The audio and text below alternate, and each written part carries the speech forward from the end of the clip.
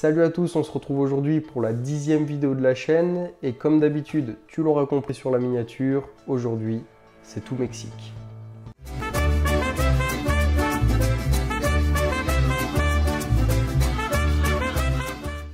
Le point sur l'historique, la Verde est actuellement 12e au classement FIFA, c'est juste devant la Croatie, juste devant l'Uruguay.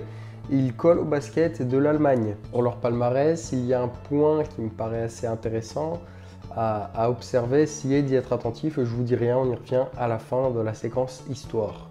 Le Mexique participe à 15 Coupes du Monde. Ils arrivent 2 fois en quart de finale, c'est leur meilleur parcours. Il s'agit de 2 éditions à domicile, 24 participations à la Gold Cup. Il y a 11 victoires. Sur ces 11 victoires, il y a 3 éditions à domicile. Oh. Il ne faut pas sauter d'aussi haut. Hein. Ça va commencer à se voir, mais une Coupe des Confédérations gagnée en 1999 face au Brésil, c'était sur leur seule édition à domicile. Jeux Olympiques, leur seule édition à domicile aboutit sur leur meilleur résultat, une demi-finale. Et les Jeux Panaméricains, ils ont accueilli 2 fois la compétition, c'est 2 victoires. Donc je pense que vous avez compris, bon présage pour 2026, ils accueillent la Coupe du Monde avec les États-Unis et le Canada. Mais on n'est pas là pour parler de 2026, on est là pour parler de 2022 et on se recentre. La qualification va être express, ils arrivent 2e de poule à égalité avec le premier qui était le Canada. Ils avaient eu de jolies équipes dans leur poule, ils finissent juste devant les États-Unis et le Costa Rica. Je n'ai rien d'autre de spécial à relever, si ce n'est le fait que sur 17 buts marqués, il y en a 10, soit plus de la moitié, marqués lors du dernier quart d'heure, une équipe de finish. Passons maintenant à l'effectif de Gerardo Martino, dit Tata, au poste depuis 2019, a pour mission et assumé par la fédération mexicaine d'emmener le Mexique jusqu'en quart de finale de la compétition. Il est un coach et un sélectionneur d'expérience. Il a gagné la Liga avec le Barça, saison 2013-14, sélectionneur avec l'Argentine de 2014 à 2016 où il échoue à 2 reprises lors de la finale de la Copa América.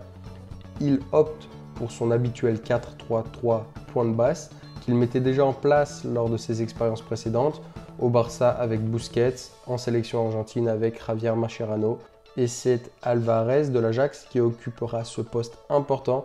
Il est un petit peu la pierre angulaire du système de Tata. Alvarez est un joueur super important de la sélection, une sélection qui elle est assez petite de taille, avec pas de gros gabarits, la plupart sont en dessous du 1m75, il vient lui avec son 1m86 donner un peu d'impact dans cette équipe. Il est top 6% des joueurs remportant le plus de duels aériens en Europe. Il est vraiment super important sur ce rôle-là.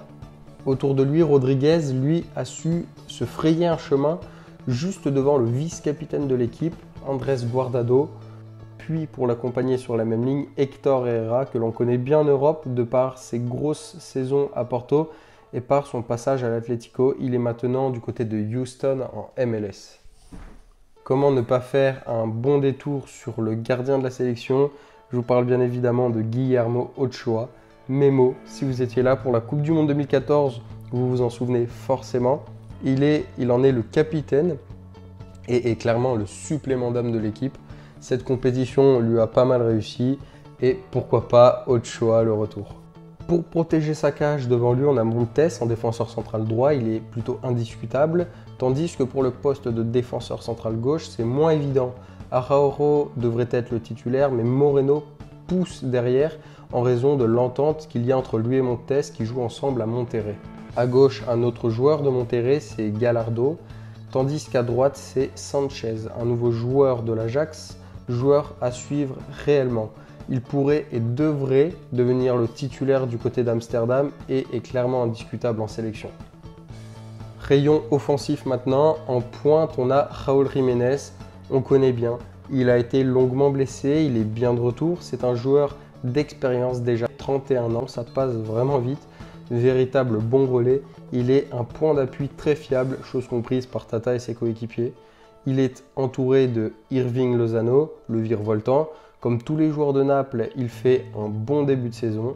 Et à gauche, c'est Vega qui devrait être le titulaire il profite de la très malheureuse absence de Corona qui a connu une grosse blessure et va manquer la compétition.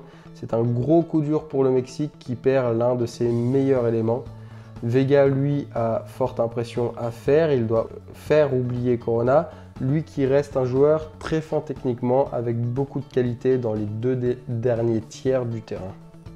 Une belle osmose dans le groupe en tout cas, des joueurs qui se connaissent parfaitement.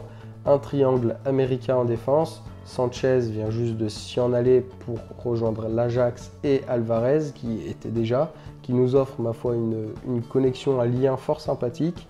Un autre triangle avec 2 défenseurs et un milieu de terrain. Du côté de Monterrey cette fois, Rodriguez vient tout juste de quitter le club.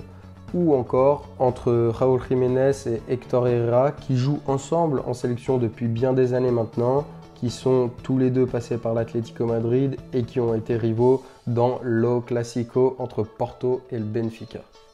Qu'en est-il de mon avis maintenant concernant la sélection? Footballistiquement parlant en tout cas, il y a une équipe qui aime le jeu de possession, qui maîtrise aussi le jeu de possession avec des circuits de passe très courts. C'est généralement le cas quand on a un jeu comme celui-ci. Mais pour autant, c'est une équipe qui n'arrive pas à concrétiser tout ça. Elle garde beaucoup le ballon, elle va avoir des 75% de possession, mais n'a pas encore la formule pour finir ces actions-là. Il manque peut-être d'une superstar dans cette équipe, il n'y en a pas véritablement.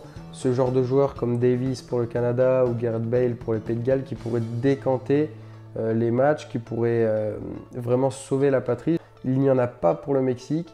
Ça pourrait dans un sens être un avantage ou pour le coup comme la Pologne, on a vu que s'il manquait Robert Lewandowski, l'équipe, la sélection tournait un petit peu en rond, ne pas s'en remettre à un joueur. Mais pour une équipe qui joue la possession comme celle-ci et qui a du mal à la finition, il pourrait parfois manquer de ce joueur qui pourrait être le facteur X pour décanter les matchs. La poule est serrée et comme on l'a vu du coup encore une fois précédemment, c'est avec la Pologne que ça pourrait essentiellement se disputer. L'avantage qu'elle pourrait avoir sur eux est qu'elle connaît bien la potentielle tête de groupe, l'Argentine, qu'elle dispute bien plus souvent, qu'elle connaît bien mieux que la Pologne. Après, comme pour les États-Unis, j'ai le sentiment que cette Coupe du Monde est pour eux une préparation pour la suivante, celle de 2026, celle qu'ils accueilleront. On a vu en plus de ça dans l'historique de la sélection que c'était une équipe qui réussissait essentiellement à domicile.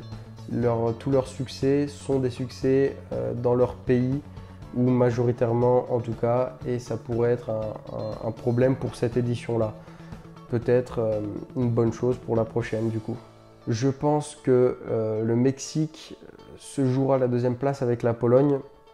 Bien évidemment, je peux me tromper et l'Argentine peut tomber, peut chuter, il peut se passer un tas de choses, même l'Arabie Saoudite, on y reviendra sur les prochaines vidéos. Mais dans un monde où le Mexique et la Pologne se font face, je pense que ça pourrait se jouer à peu, comme quelque chose comme le goal average. Et je pense qu'à ce petit jeu-là, la Pologne pourrait prendre le pas avec un Robert Lewandowski qui marquera ce but salvateur, ce petit truc en plus, ce petit but en plus, face à un Mexique qui, lui, a du mal à planter. C'est la fin de la vidéo, j'espère qu'elle vous aura plu, j'espère que vous aurez envie dès à présent de suivre le Mexique pour cette Coupe du Monde. En tout cas, j'ai vraiment hâte de voir ce qu'ils vont donner. Et sur ce, je vous laisse et vous dis, comme d'habitude, à bientôt.